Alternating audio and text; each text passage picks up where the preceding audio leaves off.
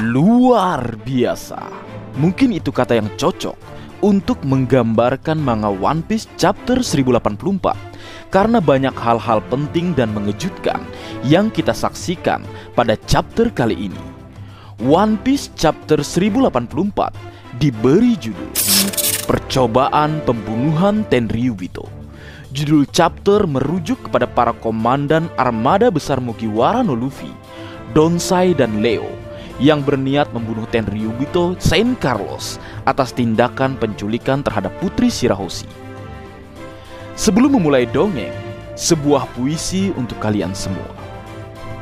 Cerita dimulai dengan kilas balik Marizoa, seorang pria bernama Raja Cobra sedang menanyakan seorang ratu kerajaan Alabasta yang tak tahu di mana rimbanya. Raja Cobra bertanya pada 5 orang tua tentang hal-hal tabu dari dahulu kala yang membuat seseorang bernama Im-sama harus mengeluarkan suaranya. Baik, chapter 1084 dimulai dengan menampilkan sebuah color sprite, karakter-karakter wanita One Piece bermain di laut. Di color sprite ini kita bisa melihat para wanita-wanita cantik di dunia One Piece sedang bersenang-senang bermain di lautan. Berbicara tentang color sprite tentunya akan menggiring kita ke sebuah pesan tersembunyi dari Oda Sensei. Dan kali ini marga anime menemukan suatu hal dalam color sprite, suatu hal penting yang tertulis pada baju milik Nami, yaitu Weather Queen, yang artinya Ratu Cuaca. Tulisan pada baju Nami tersebut merujuk kepada dirinya yang akan menjadi seorang ratu di masa depan, dan mungkin Weather Queen akan menjadi julukan Nami nantinya, sama seperti Roronoa Zoro dengan julukan King of Hell. Ngomong-ngomong masalah julukan, dengan ditampilkannya Nami sebagai Weather Queen, itu artinya lengkap sudah. Karakter Romance Down atau karakter pemicu menjadi raja dan ratu di masa depan. Monkey D. Luffy, King of the Pirate, Raja Bajak Laut. Roronoa Zoro, King of Hell, Raja Neraka. Nami, Queen of the Weather, Ratu Cuaca. Menarik kita tunggu bersama kebenaran yang akan terungkap selanjutnya. Masuk ke dalam cerita chapter 1084 di sebuah ruangan Kastil Pangea, daerah Tanah Suci Marizoa. Halaman pertama menampilkan akhir pertarungan Kaisar Api Sabo melawan para penjaga Kastil Pangea. Sabo baru saja mengalahkan para penjaga Kastil Pangea menggunakan kekuatan merah-merah Nomi. Bisa dilihat para penjaga Kastil Pangea berjatuhan setelah berhadapan dengan Sabo. Di saat Sabo berhasil membereskan para penjaga Kastil Pangea, secara tidak terduga datang sesosok wanita di hadapan Sabo, sehingga membuat Sabo terkejut. Dia adalah Jewelry Bunny, anak dari mantan Shichibukai Bartolomeu Kuma, dan juga seorang supernova serta generasi terburuk yang seangkatan dengan Luffy. Lalu kita bisa melihat Jewelry Bunny berkata kepada Sabo, "Kau Sabo kan? Aku rasa kita memiliki tujuan yang sama, jadi kita skip basa-basinya." Kedatangan bala bantuan seorang sekutu yang memiliki tujuan yang sama dengan Sabo, sang kaisar api, yaitu membebaskan Shichibukai Bartolomeu Kuma dari Tanah Suci Marizoa. Kembali ke cerita, lalu adegan berpindah di sebuah lorong di mana Sabo dan Bunny berlarian menuju suatu tempat di Kastil Pangea. Tampaknya tujuan Sabo dan Bunny adalah ruang para penjaga tempat kunci rantai leher budak berada. Sambil berlari, Sabo dan Bunny bertukar informasi satu sama lain. Sabo tampaknya sedikit terkejut setelah mengetahui informasi dari Bunny kalau Bunny adalah anak dari Bartolomeu Kuma. Lalu Bunny berkata, "Begitulah, aku selalu berusaha menjaga jarak dari kegiatan pasukan revolusioner." Lalu Bunny kembali berkata kepada Sabo kalau dia mempercayai pasukan revolusioner dalam penyelamatan ayahnya. Di saat Jewelry Bunny hendak berbicara kembali secara tiba-tiba, Gagak Komandan Karasu datang menghampiri Sabo dan Bunny berada. Sabo bertanya, "Karasu?" Lalu Gagak tersebut berbicara, "Ya." Sabo melanjutkan pembicaraannya kepada Karasu dengan mengatakan, "Misi telah sukses. Berikan kunci-kunci dan bilang kepada Morley untuk selamatkan Kuma-san dan yang lainnya, lalu kembali ke markas besar secepatnya setelah para budak bebas." Lalu gagak Komandan Karasu kembali bertanya, "Bagaimana denganmu, Sabo?" Sabo menjawab, "Aku akan menyusul kalian setelah semua ini selesai." Kita melihat gagak Komandan Karasu membawa kunci borgol terbang ke tempat Kuma berada.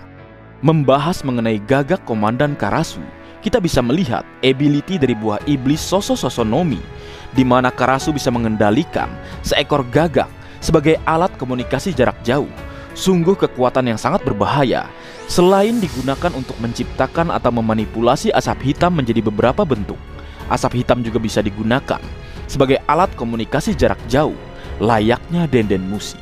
Sungguh luar biasa. Setelah gagak Komandan Karasu pergi, Sabo kembali melanjutkan pembicaraannya kepada Bani. Sabo berkata, "Bani, apa rencanamu selanjutnya?" Bone menjawab, "Aku akan menuju Pulau Egghead untuk mencari Dr. Vegapunk agar dia bisa mengembalikan ingatan ayahku." Di saat Bone berbicara, tampaknya Sabo menyadari kalau para penjaga Kastil Pangea berada di belakang mereka. Lalu Sabo diperlihatkan menggendong Jewelry Bunny dan bersembunyi di langit-langit lorong Kastil Pangea. Di saat Sabo dan Bone sedang bersembunyi di atas langit-langit Kastil Pangea, kita bisa menyaksikan pembicaraan para penjaga tepat di bawah Sabo dan Bone berada. Salah satu penjaga berbicara, "Aneh sekali, padahal aku yakin aku melihat sesuatu di sini. Aku rasa di sini kekurangan penjaga karena kita terlalu banyak menjaga menara besar." Lalu salah satu penjaga lain ikut berbicara, "Kau tahu ya, kau bisa disalahkan. Hal itu kepada kau tahu kan?" Mendengar penjaga berbicara setengah-setengah, penjaga lainnya pun berbicara, "Apa maksudmu?" Lalu penjaga berbicara, "Kalau mereka semua pergi setelah melihat itu." Penjaga kembali bertanya, "Melihat apa?" Lalu penjaga berbicara tentang legenda ruangan berhantu. Penjaga lainnya kembali berbicara, "Bodoh, kau jangan bilang hal yang tidak masuk akal." Mendengar pembicaraan para penjaga, tampaknya Sabo menyadari sesuatu hal yang aneh di Kastil Pangea, tepatnya legenda ruangan berhantu. Lalu kita berpindah di hutan sebelah Kastil Pangea. Kita bisa melihat Sabo dan Jewelry Bunny di sana sedang berdiskusi tentang perpisahan mereka. Sabo mengatakan jika Pulau Egghead berada di dunia baru, kita akan menuju arah yang berseberangan. "Semoga perjalananmu berhasil," ucapnya ke Bunny. Lalu Bunny berkata, "Ini sedikit aneh melihat pasukan revolusioner yang radikal bertingkah ramah." Dari perkataan Jewelry Bunny, seseorang yang tidak mengenal secara langsung pasukan revolusioner, maka mereka akan beranggapan jika pasukan revolusioner adalah seorang radikal. Namun faktanya, pasukan revolusioner sebenarnya diisi orang-orang yang sangat baik, yang bertarung untuk kebebasan dan keadilan. Sebelum berlanjut, Marga Anime ingin membahas mengenai legenda ruangan berhantu. Mungkin kalian bertanya-tanya, di mana lokasi legenda ruangan berhantu, sehingga Sabo tampaknya tertarik dengan hal tersebut. Marga Anime berspekulasi jika legenda ruangan berhantu adalah tempat di mana Im Sama berada, yaitu ruangan di mana Im Sama bermain di chapter 1084. Ruangan yang diisi dengan bunga dan kupu-kupu, karena menurut penjaga, mereka pergi setelah melihat itu, layaknya seperti ruangan ilusi. Ini seperti paralel. Di Impel Down juga terdapat namanya ruangan rahasia level 5.5 yang dinamai dengan Taman Bunga, mirip taman bunga yang berada di Marizoa, tempat Im Sama berada. Menarik untuk ditunggu kebenarannya, Leo. Berlanjut, kembali ke cerita utama, berpindah ke lokasi lain, tahta kosong, Kastil Pangea Tanah Suci Marizoa, melanjutkan chapter sebelumnya mengenai kedatangan Raja Cobra di hadapan para Gorosei. Pada halaman ini kita bisa melihat para Gorosei sudah menunggu kedatangan Raja Cobra di tahta kosong. Gorosei pun bertanya, "Raja Cobra dari kerajaan Arabasta, apa yang ingin kau tanyakan?" Lalu kita mulai melihat Raja Cobra berbicara kepada Gorosei. Sebagaimana yang kita ketahui, organisasi yang dikenal dengan pemerintah dunia ditemukan dari 800 tahun yang lalu, di mana 20 raja berada berkumpul bersama. Semua keluarganya dipindahkan ke Marizoa untuk hidup dalam satu klan yang dikenal dengan nama Tenryubito atau kaum naga langit. yang bertanggung jawab atas penciptaan dunia. Dan dengan itu mereka telah menguasai ciptaan mereka sejak saat itu. Dari dalam 20 orang itu dianggap setara, dan untuk memastikan tidak ada salah satu diktator yang akan melebihi di antara mereka, mereka memasang sebuah singgasana kosong. Masing-masing dari mereka menempatkan senjata di sekitar singgasana itu untuk melambangkan sumpah mereka tak akan pernah mencoba menduduki singgasana itu. Di saat yang sama, keluarga kerajaan baru dipilih dengan hati-hati untuk memimpin negara yang tidak bisa lagi diduduki oleh sang penerus. Para kerajaan itu masih berkuasa hingga saat ini. Untuk memastikan pergantian yang lancar, semua hal yang menyebutkan kekuasaan dinasti sebelumnya akan dihilangkan dari tiap negara penemu masing-masing. Dengan satu pengecualian, yaitu Arabasta. Pemimpin saat itu adalah Ratu Lili dari keluarga Nefertari. Walaupun namanya diabadikan menjadi salah satu dari 20 penemu, dia tidak pernah menjadi Tenryubito. Malah dia kembali ke Arabasta untuk melanjutkan kepemimpinannya. Yang itulah sebabnya keluarga Nefertari masih terus bertindak sebagai penguasa. Ini juga berarti hanya ada 19 senjata yang ditaruh di singgasana kosong itu. Lalu di saat Raja Kobra berbicara, seorang Gorosei bertanya kepada Raja Kobra, "Apa sebenarnya maksudmu?"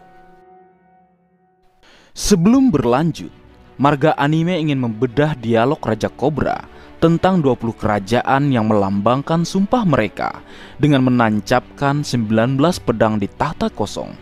Di sini marga anime menemukan detail yang cukup menarik untuk dibedah. Mungkin kalian bertanya-tanya, di mana letak pedang ke-20 milik kerajaan Nefertari Lili?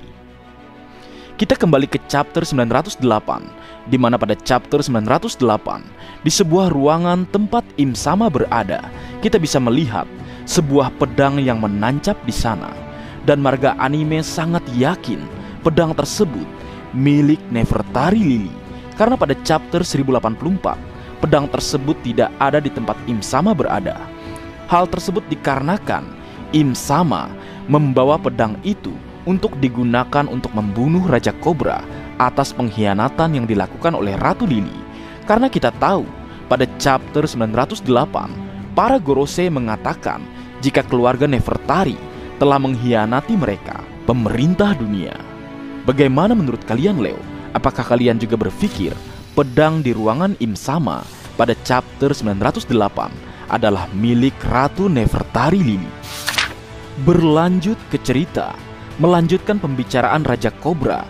Raja Kobra pun berbicara kembali setelah Gorosei bertanya dan mengatakan, "Aku sudah meneliti semua naskah kuno kerajaanku, tapi sejauh yang aku tahu, semua tulisan dan mencatatkan periode setelah abad kekosongan memiliki satu kesamaan, dan nama sang ratu tidak pernah disebutkan satupun.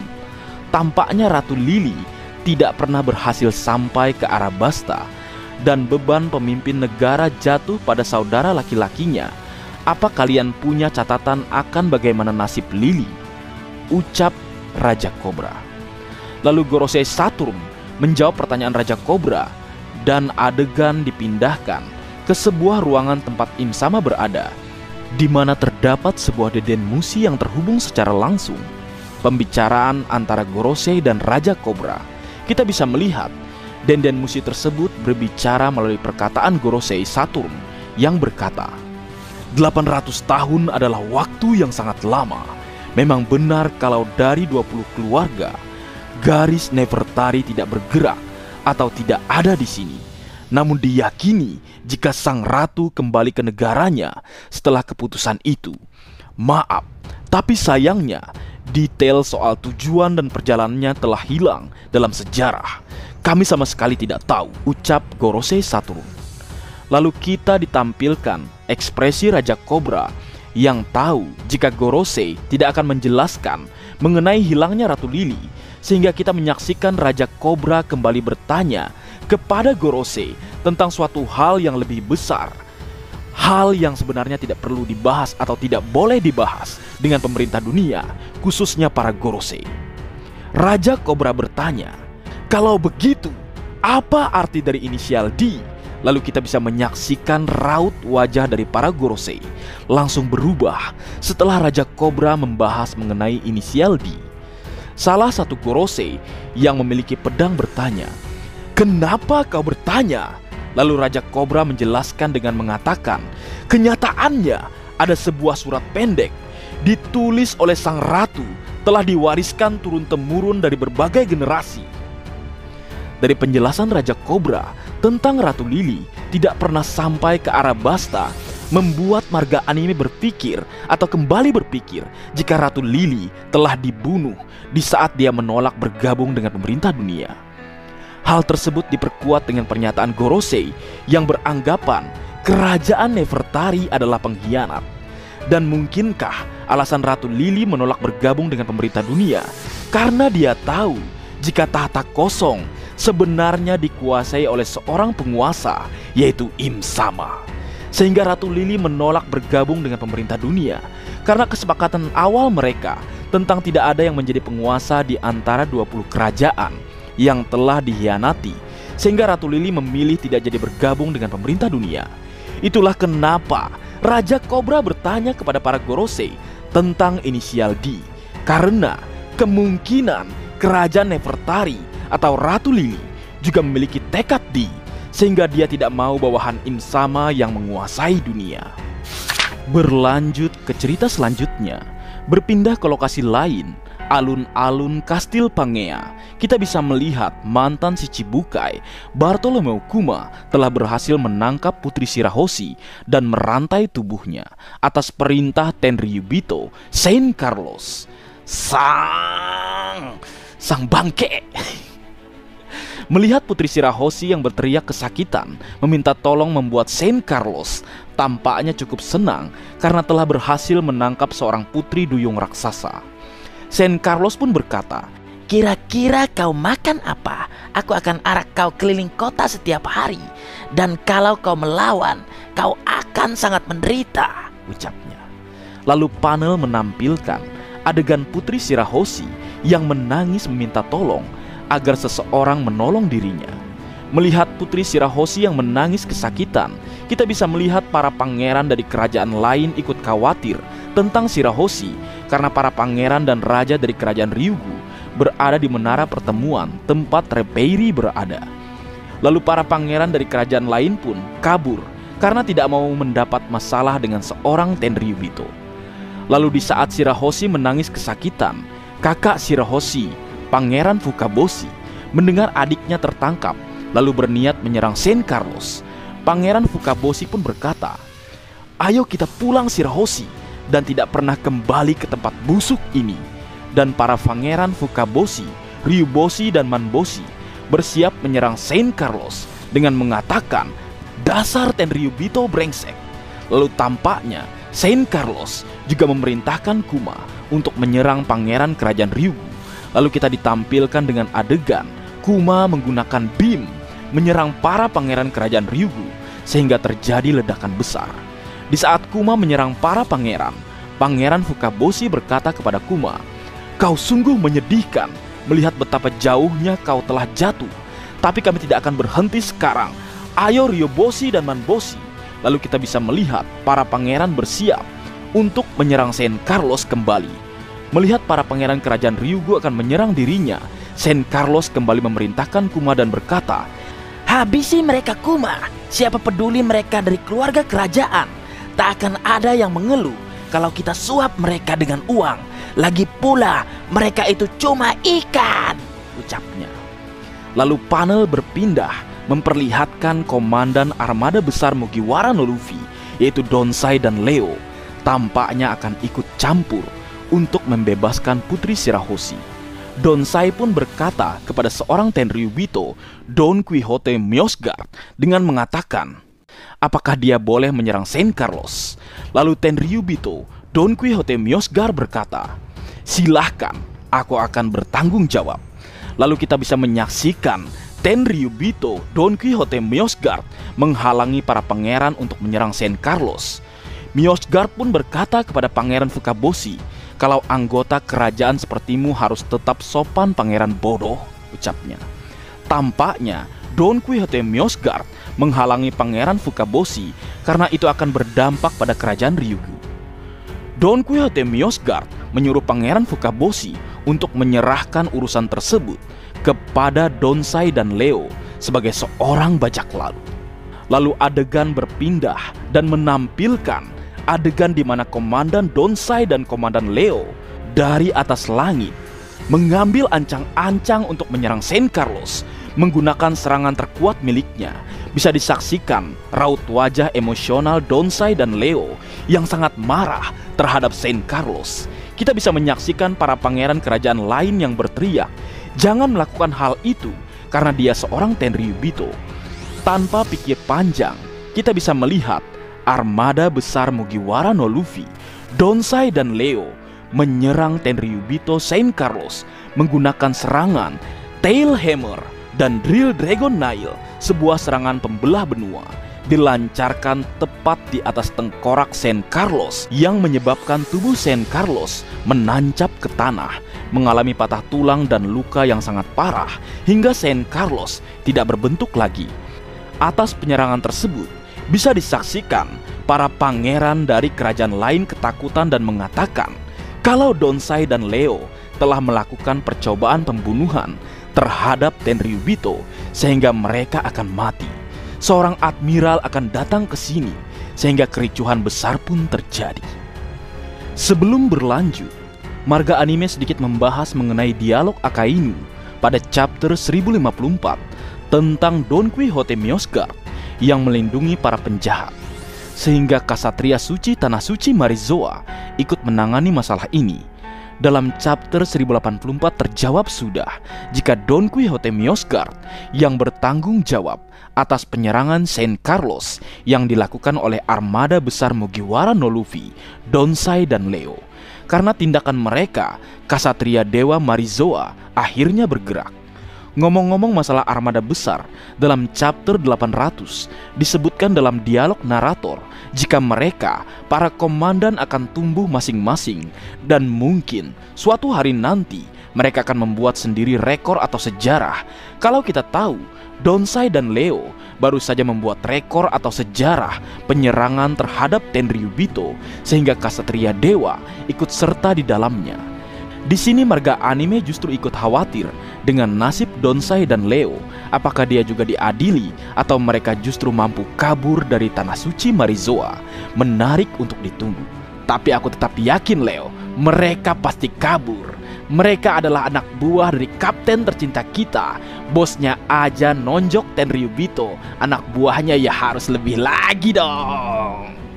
Gak mau kalah mereka dengan Bartolomeo yang membakar bendera dari Akagami no Sangs di wilayah kekuasaannya dan memperkenalkan bendera sang idolanya, bendera bajak laut idolanya, Mugiwara Fire.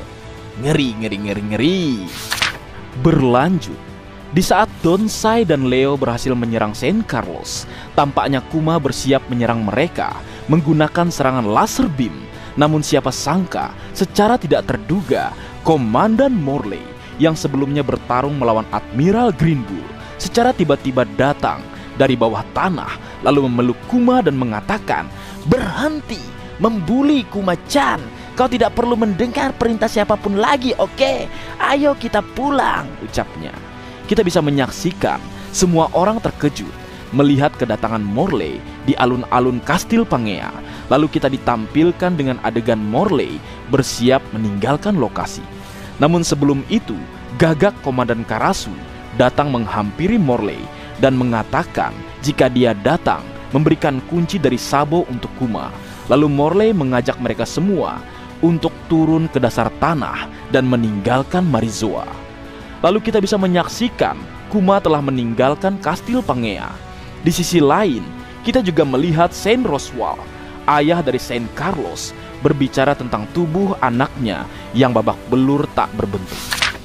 Berlanjut ke halaman terakhir, kembali ke tahta kosong Kastil Pangea, tempat Raja Cobra dan Gorosei berada.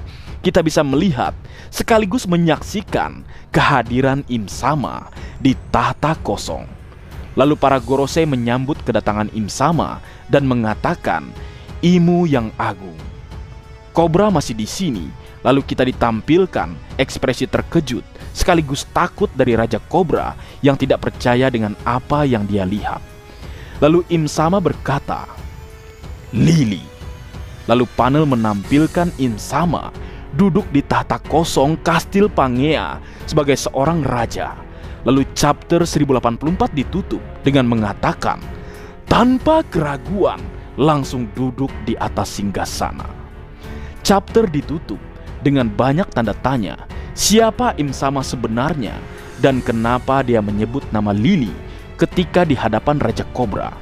Apa dia memiliki hubungan dengan Ratu Lily? Semua pertanyaan itu masih belum mendapatkan jawaban dari Oda Sensei. Namun yang pasti, kita tahu kalau karakter yang poster mereka di bawah Im Sama pada chapter 908 memiliki hubungan dengan Void Century atau abad kekosongan. Ini seperti sebuah paralel di mana Monkey D. Luffy sebagai Joy Boy telah muncul setelah 800 tahun lamanya. Lalu Poseidon juga telah terlahir sebagai Putri Shirahoshi setelah 800 tahun lamanya. Lalu reinkarnasi dari Nefertari Lily juga telah lahir, yaitu Nefertari Vivi setelah 800 tahun lamanya.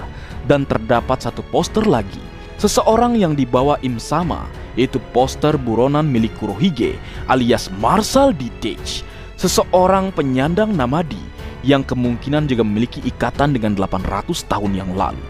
Namun hingga saat ini kita belum mengetahui sosok yang melambangkan Marshal D. Teach. Tapi Mimin sedikit terpikirkan, apakah ini ada hubungannya dengan dirinya yang bisa memiliki dua kemampuan buah iblis? Menarik bukan, Leo? Baiklah, sekian dulu dongeng kita pada kesempatan kali ini. Dan kabar terakhir, melalui sebuah pantun untuk kalian semua. Si Sanji memasak bubur, Leo, minggu depan Oda libur. Baik, mungkin segitu dulu yang bisa aku bagi bersama kalian, Leo. Semoga kalian terhibur dengan apa yang aku buat dalam kesempatan kali ini. Terakhir, jika ada kesalahan dalam pengucapan atau hal yang menurut kalian kurang pas atau kurang tepat, Marga Anime memohon maaf yang sebesar-besarnya. Sekian.